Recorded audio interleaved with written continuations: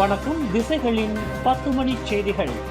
பகடைவதையை தாங்கிக் கொள்ள முடியாமல் தனது உயிரை மாய்த்து கொண்ட சமூக ஊடக பிரபலம் இஷா ராஜேஸ்வரியின் மரணத்திற்கு காரணமானவர் என்று சந்தேகிக்கப்படும் அதே நபர் மற்றொரு பெண்ணை பகடைவதை செய்ததன் காரணமாக கடந்த ஞாயிற்றுக்கிழமை கைது செய்யப்பட்டுள்ளார்.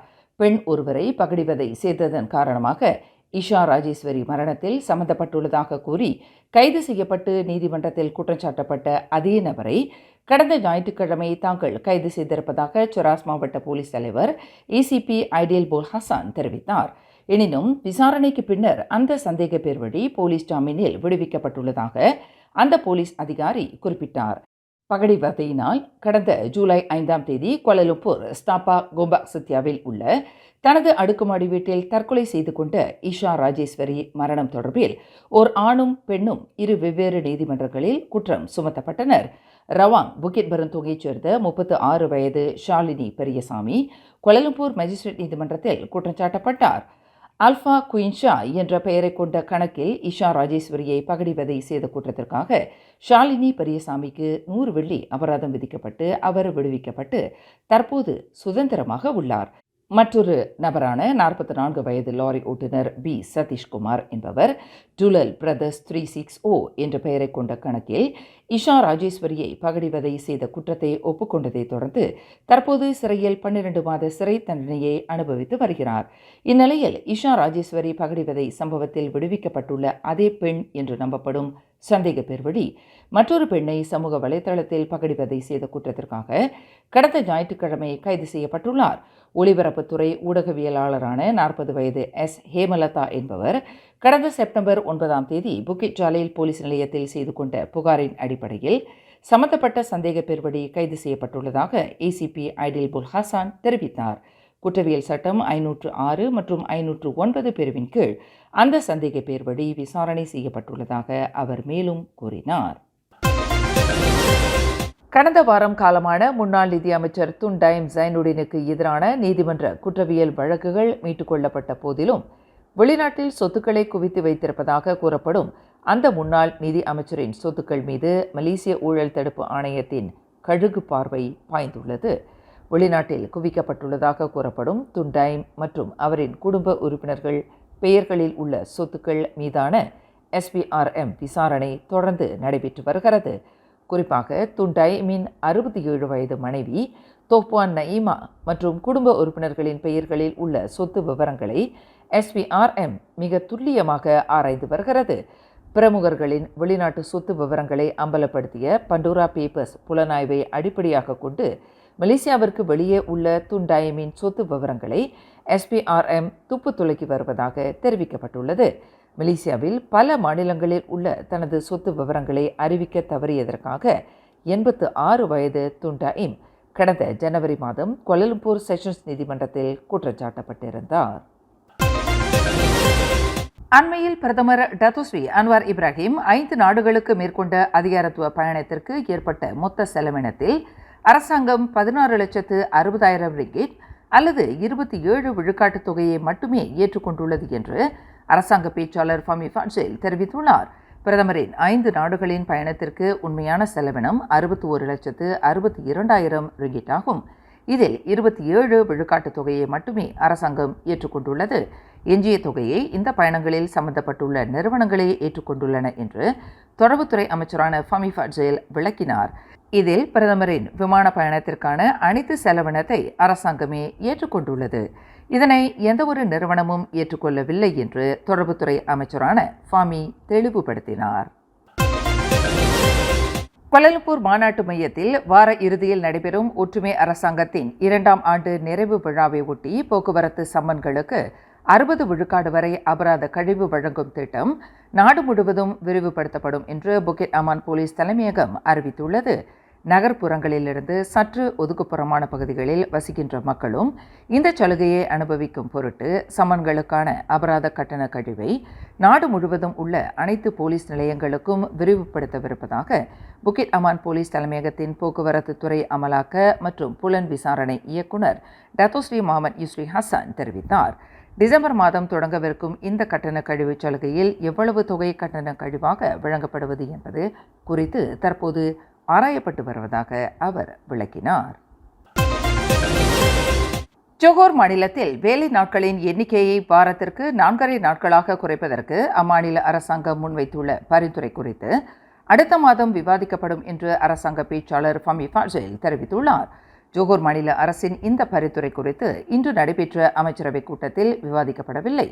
ஆனால் அடுத்த மாதம் நடைபெறவிருக்கும் மலேசியா சிங்கப்பூர் தலைவர்களுடனான சந்திப்பின் போது மத்திய அரசாங்கம் இவ்விவகாரம் தொடர்பில் ஜோஹர் மாநில அரசுடன் கலந்து பேசுவதற்கான சூழல் உள்ளது என்று தொடர்புத்துறை அமைச்சருமான ஃபமி ஃபாசில் தெரிவித்தார்.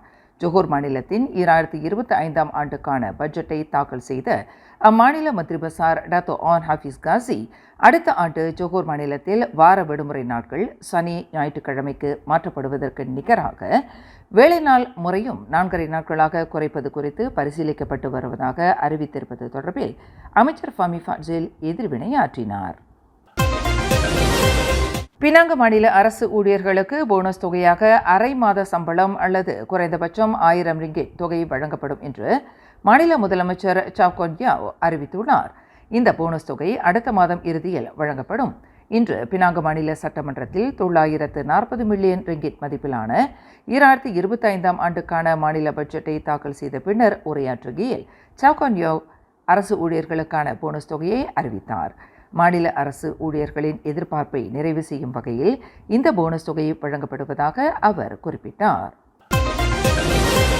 PKR வட்டாரத்தில் சர்ச்சைக்குரிய நாடாளுமன்ற உறுப்பினராக பார்க்கப்படும் பசிர்குடாங் MP ஹசன் கரீம் கட்சியின் ஒழுங்கு நடவடிக்கை வாரியத்தின் 2 குற்றச்சாட்டுக்களை எதிர்நோக்கியிருப்பதாக தெரிவிக்கப்பட்டுள்ளது.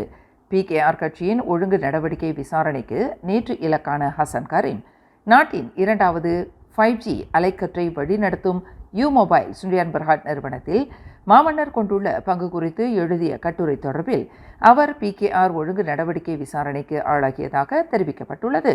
பிரதமர் டத்தோஸ்ரீ அன்வார் இப்ராஹிம் தனக்கு ஆதரவானவர்கள் என்ற முறையில் நாட்டின் 2வது 5G அலைக்கற்றை வழிநடத்தும் யூமொபைல் சுண்டியான் பர்ஹாட் நிறுவனத்திற்கு பங்குரிமையை வழங்கியுள்ளதாக ஹசன் கரீம் மற்றொரு பகிரங்க குற்றச்சாட்டை முன்வைத்திருப்பதாக தெரிவிக்கப்பட்டுள்ளது. மலேசியாவைச் சேர்ந்த புத்த பிக்கு ஒருவர் தாய்லாந்தில் கைது செய்யப்பட்டுள்ளார். தாய்லாந்தின் வட மாநிலமான செங்மாயில் உள்ள வாட் செட் யோய் என்ற பிரசித்தி பெற்ற பௌத்த விகாரத்தில் விலை உயர்ந்த பொருட்களை திருடியதற்காக அந்த புத்த பிக்கு கையும் களவுமாக பிடிபட்டுள்ளதாக தாய்லாந்து குடிநுழைவுத்துறை அதிகாரி சினாகான் அட்சாவாப்பும் தெரிவித்தார். அந்த பௌத்த விகாரத்தில் உள்ள விலை உயர்ந்த பொருட்கள் களவாடப்பட்டதாக போலீஸ் துறைக்கு கிடைத்த புகாரை தொடர்ந்து அந்த 50 வயது மலேசிய புத்தபிக்கு நேற்று முன்தினம் புதன்கிழமை கைது செய்யப்பட்டுள்ளதாக தெரிவிக்கப்பட்டுள்ளது. அடுத்த பொது தேர்தலில் பரிகாத்தா நேஷனலின் பிரதமர் வேட்பாளராக தான்ஸ்ரீ முஹிடின் யாசினை கராக்கான் கட்சி முன்மொழிந்தது. சில தினங்களுக்கு முன்பு நடைபெற்ற கராக்கான் கட்சியின் பேராளர் மாநாட்டில் பிரதமர் வேட்பாளராக முஹிடின் யாசினை முன்மொழிந்த நிலையில் ஒரு தீர்மானமாக நிறைவேற்றப்பட்டுள்ளது என்று அக்கட்சியின் தலைவர் டாக்டர் டொமினிக் லாவ் உறுதிப்படுத்தினார். முஹிடினின் அனுபவம், அவர் கொண்டுள்ள கூட்டுக்கடப்பாடு மற்றும் பரிகாத்தா நேஷனலில் அவர் கொண்டுள்ள ஆதரவு ஆகியவற்றை அடிப்படையாக கொண்டு பிரதமர் வேட்பாளராக அவரின் பெயரை கட்சி முன்மொழித்துள்ளதாக டாக்டர் டொமினிக் லாவ் குறிப்பிட்டார்.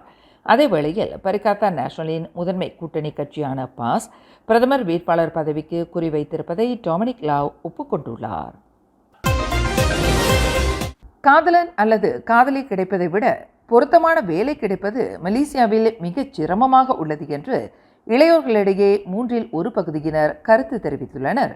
காதலன் அல்லது காதலியை தேடுவது சற்று சிரமம்தான். ஆனால் தொடர்ந்து முயற்சி செய்தால் பொருத்தமான துணை கிடைத்து விடுகிறது. ஆனால் வேலை அப்படி அல்ல. பொருத்தமான வேலை கிடைக்க மிகச் சிரமமாக உள்ளது என்று இளையோர்கள் மத்தியில் 1/3 இவ்வாறு கருத்து தெரிவித்துள்ளனர் என்று வேலை தொடர்பான ஆய்வு மையமான ஜாப் ஸ்ட்ரீட் பை சீக் தெரிவித்துள்ளது. 24 வயதுக்கு கீழ்ப்பட்ட வயதுடைய இளையோர்களை இந்த ஆய்வு உள்ளடக்கியிருந்ததாக அது குறிப்பிட்டுள்ளது. தற்போது இளையோர்களுக்கு பொருத்தமான வேலை கிடைப்பது என்பது காதலன் காதலி கிடைப்பதை விட மிகுந்த சவாலை தர வல்லதாக உள்ளது என்று அவர்கள் கருத்து தெரிவித்துள்ளனர். ஃபுட்சால் விளையாட்டின் போது 2 அணிகளுக்கு இடையில் நிகழ்ந்த கைகலப்பு தொடர்பில் 21 மாணவர்களை போலீசார் கைது செய்துள்ளனர். சபா கொத்தகினபாலுவில் உள்ள ஓர் இடைநிலைப்பள்ளி அருகில் உள்ள ஃபுட்சால் மைதானத்தில் நேற்று வியாழக்கிழமை நடைபெற்ற ஃபுட்சால் விளையாட்டில் 4ஆம் மற்றும் 5ஆம் படிப்பு மாணவர்கள் மத்தியில் கைகலப்பு நடந்ததாக மாவட்ட போலீஸ் தலைவர் ஏசிபி கசிமுடா தெரிவித்தார். எனினும் விசாரணைக்கு பின்னர் அந்த 21 மாணவர்களும் போலீஸ் ஜாமீனில் விடுவிக்கப்பட்டுள்ளதாக அவர் குறிப்பிட்டார். பாதுகாவலர் நிறுவனத்திற்கு சொந்தமான 2 லட்சம் ரிங்கிட் காணாமல் போனது தொடர்பான விசாரணைக்கு உதவும் பொருட்டு 3 பாதுகாவலர்களை போலீஸ் துறையினர் கைது செய்துள்ளனர். வாக்குமூலம் அளிப்பதற்காக நேற்று நண்பகல் 12 மணியளவில் அலுஸ்னா காவல் நிலையத்திற்கு வந்தபோது 28 முதல் 38 வயது வரையிலான அந்த 3 பாதுகாவலர்களும் கைது செய்யப்பட்டதாக கோத்தஸ்தா மாவட்ட போலீஸ் தலைவர் சூப்பரிண்டென்டென்ட் சைட் பஸ்ரி சைட் அலி கூறினார். அலுஸ்தா மர்கோங் வட்டாரத்தில் நிகழ்ந்த கொள்ளை சம்பவத்தில் பாதுகாவலர் வேனில் இருந்த 2 லட்சம் ரிங்கிட் பறிபோனதாக அந்த 3 பாதுகாவலர்களும் தங்கள் புகாரில் கூறியிருந்ததாக அவர் தெரிவித்தார். அந்த 3 பாதுகாவலர்களும் பொய்யான தகவலை வழங்கி உள்ளனர் என்பது விசாரணையில் தெரிய வந்ததை தொடர்ந்து மூவரும் கைது செய்யப்பட்டதாக அவர் குறிப்பிட்டார். மேலும் செய்திகளை தெரிந்து கொள்ள கீழே இருக்கும் பெல் பட்டனை அழுத்துங்கள். உங்கள் மகிழ்ச்சியை வெளிப்படுத்த லைக் மற்றும் ஷேர் செய்யுங்கள். தொடர்ந்து திசைகளோடு இணைந்திருக்க சப்ஸ்கிரைப் செய்யுங்கள்.